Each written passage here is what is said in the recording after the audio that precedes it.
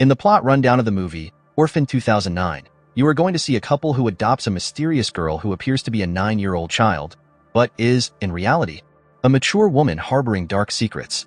The movie opens at a hospital where Kate and her husband John walk in, and Kate is clearly pregnant and clearly in labor. While John registers at the front desk in the lobby, Kate is wheeled towards the delivery room, but a painful contraction hits and Kate sees she is bleeding heavily. The nurse pushes the wheelchair along as if nothing is happening, but the audience can see blood trailing behind the wheelchair. In the delivery room, Kate is in a lot of pain and asks where John is, but nobody will tell her anything.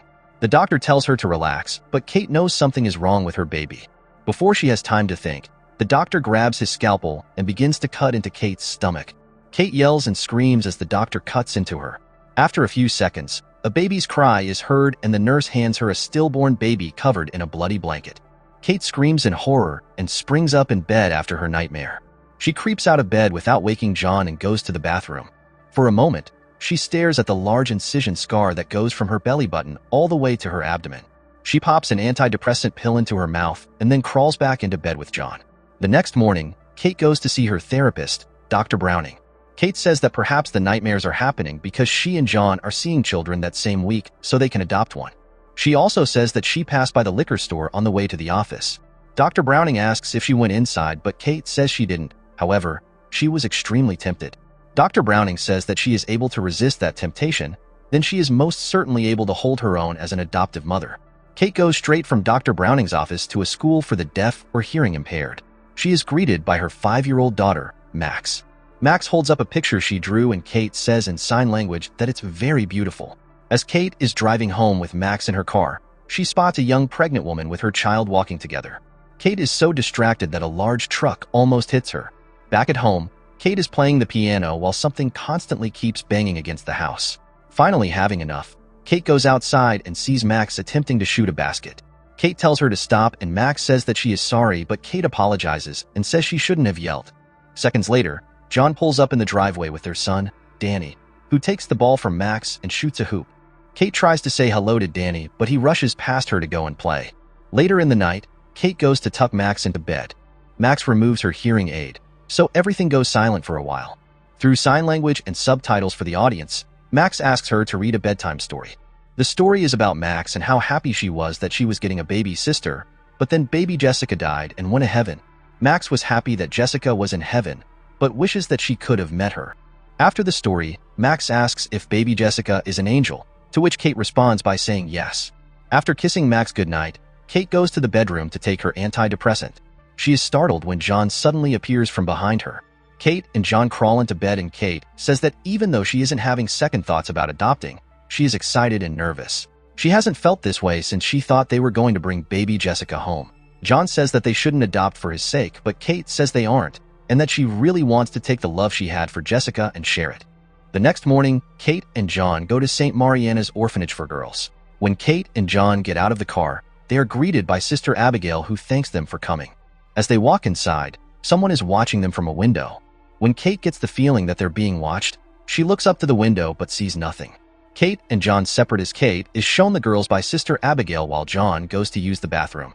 Kate and Sister Abigail watch the girls play, and Sister Abigail says that adopting an older child isn't an easy decision to make, but Kate says they're ready. John leaves the bathroom and goes to look for Kate, but stops when he hears the sound of a girl singing. He follows the singing and sees a young girl sitting alone in a room, painting. John begins to walk away, but the girl suddenly greets him. John steps into the room and the girl introduces herself as Esther, and John begins to look through her paintings. They are extraordinary, since Esther seems so young. John asks Esther about the painting she is working on, and Esther says that each of her paintings tell a story, and that in her current painting, a mother lion is sad because she can't find her cubs. Kate and Sister Abigail walk in, and John introduces Kate to Esther. Esther talks to John and Kate, and soon the couple agrees that Esther is the one that they want to adopt. They speak to Sister Abigail in her office, and she mentions that Esther is a rather mature 9-year-old, and says that she is very smart and very polite as well. She also mentions that Esther is like a princess because she wears ribbons around her neck and wrists at all time. Sister Abigail says she will file the paperwork as soon as possible. John and Kate take Esther home, and Max rushes out to greet them. Esther uses sign language to greet her, and Max takes an instant liking to her new sister. However, Danny isn't fond of her and even asks John, rather loudly, why Esther is dressed so differently, and John quickly shushes him. Esther is thrilled when she sees that they have a piano, and Kate offers to teach her to play, and Esther accepts instantly. John, Kate, and Max show Esther her bedroom, and Esther says that it's perfect and she loves it. Esther is also introduced to Barbara, who is John's mother and Esther's new grandmother. A few days later, a celebration is being held in honor of Esther's adoption, and this includes presents and cake, almost like a birthday party. Danny doesn't seem eager to join the family's celebration and instead plays Guitar Hero with his friend. Esther gives John a huge hug and smiles at Danny from over his shoulder. Danny tells his friend that the game is getting boring and he leaves. Danny's friends then follow him out into the woods near the house. They go to Danny's treehouse and Danny lifts an old board to reveal hidden Playboy-type magazines. Kate is in the kitchen, putting away the cake and speaking with Barbara about what she plans to do. Kate says that she'll begin her teaching job again but plans to give piano lessons to kids from the house. Barbara leaves the kitchen and Kate goes back to doing the dishes. Later that night, Kate is now happy to successfully adopt a child, so she plans to have sex with John. However, Esther creeps out of her bed like a ghost and goes to see Max. Intentionally, she interrupts the couple along with Max, pretending they're afraid of lightning, all with the aim of sleeping with them. The next morning, Kate is sending Max and Danny off to school and calls Esther downstairs. Esther comes downstairs wearing a dress that is old-fashioned and outdated, which causes Max and Danny to laugh a little bit. Kate sends them to the bus and tells Esther that most girls don't dress like that anymore and she should change, but Esther says that she likes to wear such dresses. The kids arrive at school, and the teacher introduces Esther to her class. A girl named Brenda teases her because of her dress. Esther says nothing, only stares coldly and walks calmly to her seat. Back at home, Kate sees Esther pulling Max on a sled over an icy pond. She rushes outside and yells for Esther and Max to get off of the ice and scolds them for playing in such a dangerous area. In the woods, Danny is shooting paintballs and seems to be enjoying it. Soon, a bird lands on the target and Danny shoots it on purpose. He becomes upset when the bird doesn't move and rushes to see if it's all right. Esther and Max suddenly show up and Esther asks what happened. Esther picks up a large brick and asks Danny to put it out of its misery, but Danny refuses. After a while, Esther takes the brick and beats the bird to death and then throws the brick aside. Danny runs off, horrified by Esther's actions. Later that night, Kate runs a bath for Esther and goes to do laundry but hears Esther lock the door and immediately goes to check if she is all right. Kate warns that they do not lock doors in the house, but Esther says she's afraid that someone would see her. Kate assures her and says she won't even go downstairs until she is done. Esther says she will sing for her because she used to sing to the nuns at the orphanage so that they would know she was all right when she was taking a bath. Kate agrees and goes to finish the laundry. As Kate is putting away Esther's clothes and listening to her sing, she finds that one of Esther's drawers is stuck. After some tugging and pulling, Kate discovers a Bible with a photo of a man inside of it. Kate accidentally drops the Bible and Esther's singing goes quiet, but starts back up after a minute. Kate shoves the Bible back in its hiding spot, and as she goes down the hall to Max's room, Esther opens the bathroom door and looks coldly out. Obvious, she knew what Kate was up to. The next day at school, Esther is passing down the hall at the same time as Danny purposely knocks some books out of Esther's hands. As Esther kneels to pick up the book, Brenda comes along and sees that the book is a Bible, so she calls Esther a Jesus freak. Esther tries to take the Bible from Brenda, but it soon falls to the floor and the pages scatter everywhere. Brenda reaches to pull off the ribbon around Esther's neck, but becomes startled when Esther screams and kicks as though she was possessed. The same day, Kate is giving Esther a piano lesson and Esther castigates herself because she made 11 mistakes. Kate wants to talk about what happened at school, but Esther says that there isn't anything to talk about. Kate then shows her some family photos from the past, to which Esther laughs in a hollow and insincere manner. When Esther asks about baby Jessica, Kate takes her to their garden where they've lovingly interred Jessica's ashes. They bloomed into vibrant flowers, a poignant tribute to keep her memory alive in nature's embrace. Esther feigns sadness and pretends to cry, only to earn Kate's trust. Later that night, John returns from work and the couple start to make out in the kitchen. Esther strolls around like a ghost and sees them in the act. The following morning, Kate talks to her about last night and tries to teach her about the things that only adults do, believing she's just a kid. However, Esther behaves like a grown-up woman and responds with an F word, leaving Kate in a shock. Kate explains everything to John and starts to suspect that something's wrong with the girl, but John is unable to believe her because he's stupid. Kate is worried that they don't know anything about her past, which is so ironic because these stupid parents should have done some research in the first place before adopting a creepo. The next day, John is with Max and Esther at the park, pushing Max on the swings. His beautiful next-door neighbor arrives in risque clothing and flirts with him. Esther listens in on her conversation with John, but suddenly becomes distracted when she sees Brenda walking across the playground. After his neighbor leaves, John becomes a bit nervous and goes to smoke a cigarette while Esther and Max begin to roam the playground. Brenda is also nervous as she makes her way towards the slide. She then gets the feeling that she is being followed. As she looks down the slide, Esther comes from behind her and pushes her off. Brenda is in a great deal of pain from a broken ankle. Esther walks away but realizes Max has seen everything. At supper, John and Kate are asking Esther about what happened, but she says that she and Brenda were playing and she accidentally fell. Kate asks Max if she saw what happened and Max says that Brenda simply slipped. Max then signs something to Danny, but he can't understand her.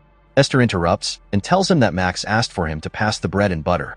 Danny gets furious and behaves rudely, to which John orders him to apologize to his sister. Danny denies and rushes from the table. The parents then observe Max imitating Esther's physical actions as if she were mentally possessed by her. As a punishment for Danny's outburst, John locks up Danny's treehouse and says he will unlock it when Danny apologizes to Esther. The same day, Kate surprisingly discovers Esther playing the piano flawlessly, leading her to realize that Esther had lied about not knowing how to play. Kate once more mentions everything to John, but he doesn't believe her because he is stupid. Kate then mentions Esther's claims about John hitting on his beautiful neighbor earlier in the park, but he denies. This brings up a furious argument between the couple, and we see Esther listening to them and smiling. A few days later, Sister Abigail comes for a visit after being informed of Brenda's accident. As Kate and John speak with Sister Abigail about the accident, Esther eavesdrops on their conversation. Sister Abigail reveals that she finally did some research after a decade and discovered that something is wrong with Esther. This means that everyone in this movie is stupid and never bothers to dig up a little beforehand. Kate is able to connect the dots, but John is still adamant that Esther is the most lovable and sweet person in the world. After listening everything, Esther panics and goes to Max's room and tells her that a mean lady is coming to take her away. She asks Max for help and Max agrees. They sneak into John's office and begin to search around for the keys to the treehouse. Max finds some keys and hands them off to Esther. She uses the keys to unlock John's safe, where she finds a gun, partially loads it and points it directly at Max's forehead and asks Max if she wants to play. Max, clearly frightened, shakes her head and Esther lowers the gun. Max and Esther rush to the bridge that isn't far from the house, and they know Sister Abigail's car will pass it. Sarcastically, no one noticed them because people in this movie aren't only stupid but blind. Anyway, Esther tells Max to stand in front of Sister Abigail's car and wave her hands to get her to stop, but Max is nervous. As Sister Abigail comes driving along, Esther pushes Max onto the road and Sister Abigail slams on the brakes and her car swerves off the road. Sister Abigail climbs out of her car and rushes to a hysterical Max. Just then, Esther beats on her head with a hammer. She forces Max to help her move Sister Abigail's body before another car comes along. They push her body down a hill, but Sister Abigail regains consciousness and tries to climb back up. Esther grabs the hammer and beats Sister Abigail until she is pretty bloody and definitely dead. Esther takes a traumatized Max up to the treehouse and removes her bloody gloves and dress, but Max is still crying. Esther says that if she is caught for the murder, then Max will also go to jail for helping her. In a threatening tone, she tells Max that she won't tell on her if she doesn't tell on Esther. Max agrees and Esther comforts her.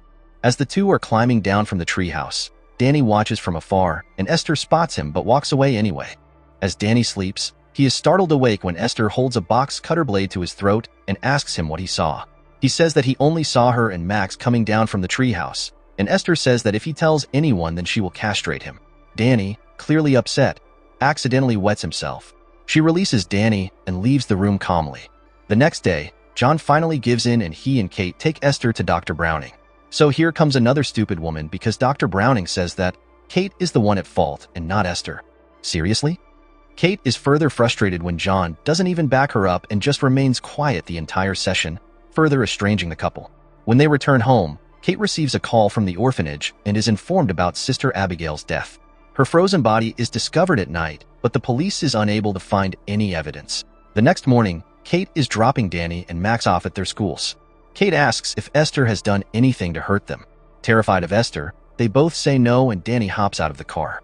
On the other hand, John goes to wake Esther and get her ready for an appointment at the dentist. Esther startles him by leaping out from underneath the covers because he deserves it. She says that she doesn't want to go to the dentist, and John instantly gives in to her demand as long as they reschedule. She goes to his office to draw with him and says that she has waited a long time for a father like John. Esther expresses that she feels that Kate doesn't love her, but John says that it isn't true. He suggests that perhaps she should do something nice for her, and she agrees. As Kate is in the kitchen, Esther comes and says that she has a surprise for her. She holds out a bundle of white roses that Kate recognizes instantly. They were the roses from baby Jessica's dedication garden. Kate snaps and grabs Esther by the arm, and Esther lets out a scream. John hears the commotion and Esther runs off sobbing while John comforts Kate, who is weeping openly, as she crumples on the floor and looks down at the roses. While Kate is in the greenhouse, still upset about the orchids, Esther sneaks into the tool shed and grabs a screwdriver. She wraps it in a rag and places it in her mouth, and then places her arm inside of a vise. She tightens the vise until her arm breaks and then goes to bed and cries for John that her arm still hurts from where Kate grabbed her. Horrified by the bruises on Esther's arm, John takes her to the doctor. Kate goes up to her bedroom and sees Esther laying in her and John's bed and being comforted by John. He tells Kate that she broke her arm, but Kate argues that she didn't really grab Esther that hard. John says that it would be best for Kate to sleep downstairs. Kate contemplates drinking but decides not to, after seeing the pond that almost cost Max her life. She pours the wine down the sink and sleeps downstairs. The following morning, Kate is dropping the kids off at their schools, and it can be noticed that Esther's arm healed up completely in just one night, which is nonsense. As Danny walks up the steps, his book bag spills, which is far more confusing for Kate because the bag was new. As Kate helps him, Esther leaves the car, releases the brake, and sets the car in neutral. The car rolls down a hill, and Danny quickly warns Kate since Max is still in the car. Kate chases the car, and people try to stop it, but it does no good. Finally, the car hits a huge pile of snow, which causes it to stop suddenly. Kate rushes towards the car and quickly pulls Max out, who is thankfully unharmed. That night, Kate argues with John and Dr. Browning about what happened. Kate swears she had set the parking brake, but John is still in a bit of disbelief. At that moment, John places a wine bottle out on the table. He tells Kate that Esther found them, which simply infuriates Kate, but John simply asks if Kate is beginning to drink again. Dr. Browning is wondering the same thing as well. Kate defends herself again and says that she thought about drinking the wine but poured it down the sink. Finally, John drops the bombshell that if Kate doesn't go into rehab, he will divorce her and take the kids with him. At the top of the stairs, Max listens in as Esther comes really close to her and whispers that she will shoot her mom if she tells. After a while, Danny sneaks to Max's room and asks her if she knows anything about Esther's crimes. Max confesses by showing Danny the pictures of Brenda's accident, Sister Abigail's death, and the car accident. Max also tells him that the hammer and Esther's bloody clothes are up in the treehouse. Danny tells Max that once they get the hammer, John and Kate will believe them and Esther will be locked away. Unfortunately, Esther overhears the entire thing, because what else can we expect in such movie plots? At midnight, Kate plans to escape with her kids but finds Esther in Max's room, covertly surveilling Max. Esther talks in a threatening tone and blames her for the car crash. She also read everything from her secret diary and ridicules her for her mistakes in the past. Kate calls the orphanage the following morning and asks about Esther's record, but they don't have anything on her since everyone in this movie is very intelligent. At the same time, Danny sneaks up to his treehouse and searches for the hammer and clothes but can't find them. Esther suddenly appears because she magically knows everyone's movements, I guess. She throws the hammer and the clothes to the floor and tells him that Max will be arrested too for helping her, but Danny says that Max was forced to do it. Esther pours lighter fluid over the evidence and lights a match, setting the evidence in the treehouse on fire. She escapes and locks the treehouse up with Danny still inside it and simply watches with a smile as Danny screams for Kate. Danny crawls out a window, but it's too late and the treehouse crumbles. Danny is rendered unconscious and completely broken but miraculously alive. As Esther lifts a rock to finish him off, Max pops out of nowhere and pushes Esther before she can do anything. Kate arrives just in time and suspects that Esther might be involved. At the hospital, the family waits for word on Danny's condition. A doctor comes and says that Danny is alive and in stable condition, but they'll have to wait a while before they ask him anything. Kate and John walk away for a while, and this movie is so predictable that we all know what is going to happen next. Esther asks Barbara for $1 for the soda machine and then walks out of the waiting room with no intention of getting a simple drink. She sneaks into Danny's room, removes the heart monitor from his finger, and puts it on her own so no one will know there is a problem. Max, getting the feeling that Esther is up to something, goes to get Kate. Esther tries to suffocate him with a pillow, and literally no one in the hospital is noticing anything. Thinking she has killed Danny, she puts the monitor back on his finger and alarms go off. The doctors rush down the hall to Danny's room. Kate and John panic, but breathe a sigh of relief when Danny has a pulse and is stabilized again. Kate freaks out and knows Esther did something. She screams at Esther, calls her a bitch, and then slaps her hard. Orderlies sedate Kate while John comforts Esther and watches sadly as his wife drifts to sleep. When Kate wakes up, she is groggy but sees John is with her. She asks if Danny is okay, and John says that they are running some tests and he should be home in a few days. He also says that he is taking Esther and Max back to the house. Kate makes him promise that Esther will get nowhere near Max, but he says nothing and leaves the room to take the girls home. As John is tucking Max in, Esther comes into the room, wishes her sweet dreams, and secretly steals her hearing aid. John finishes putting Max to bed and Esther walks away. Max soon falls asleep and John leaves the room. John, clearly upset by all that has happened, finds the wine and pours quite a few glasses. Suddenly, Esther comes downstairs wearing dark makeup and a strapless dress, but John is so drunk that instead of getting angry, he sobs openly and tells Esther that he is scared for Danny. Esther assures him that he is a wonderful husband and father, and also tells him that she loves him. When Esther comes on to him, John comes back to reality and yells at her to go to her room. Esther runs to her room, sobbing hysterically as the makeup streams down her face. Meanwhile, Kate is resting in the hospital when she gets a call on her cell phone. It is a doctor from the CERN Institute in Estonia. He says he received the picture of Esther and asks where she is. Kate says that she is at the house with her husband. The doctor tells Kate to call her husband immediately and tell him to get their family out of the house and call the police. He then explains to Kate that Esther's real name is Lena Klammer, and she has a rare disorder called hypopituitarism, which causes dwarfism. She was born in 1976 and is actually a 33 years old mature woman. Kate is in disbelief and asks why she was at their mental institution. The doctor explains that she was one of their most violent patients, and she was forced to wear a straitjacket to keep her from hurting their staff. She constantly tried to fight her way out of the straitjacket and has scars on her neck and wrists, which was why she wore ribbons on her neck and wrists. The doctor also said she disappeared a year ago and they lost track of her.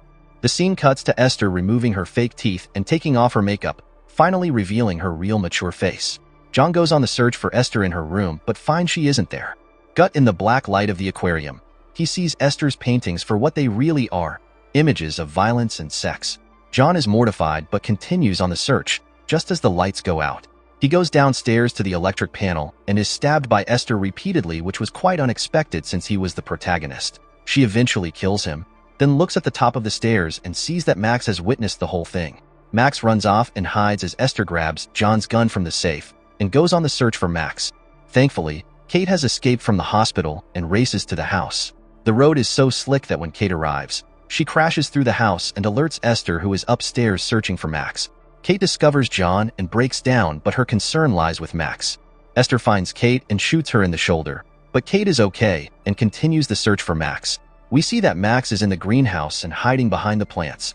She is relieved when she sees Kate on the roof of the greenhouse, but Kate tells her to be quiet because Esther is also there. Just as Esther is about to discover Max, Kate screams and Esther shoots at her. The roof is made of glass, so the bullet shatters it and Kate comes crashing down on top of Esther.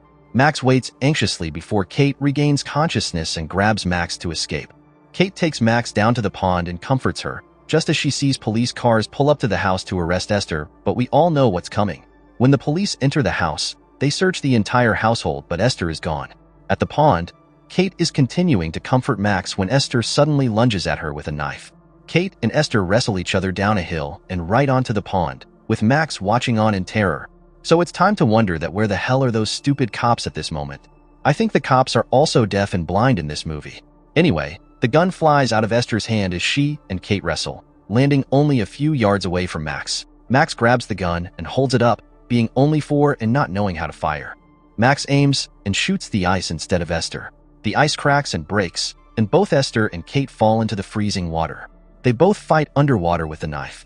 As Kate is climbing out of the water, Esther pops up and grabs onto Kate's legs, the knife hidden behind her back. Esther begs for help and also calls her mommy, but Kate finally loses it and kicks Esther, breaking her neck and sending her back into the freezing water.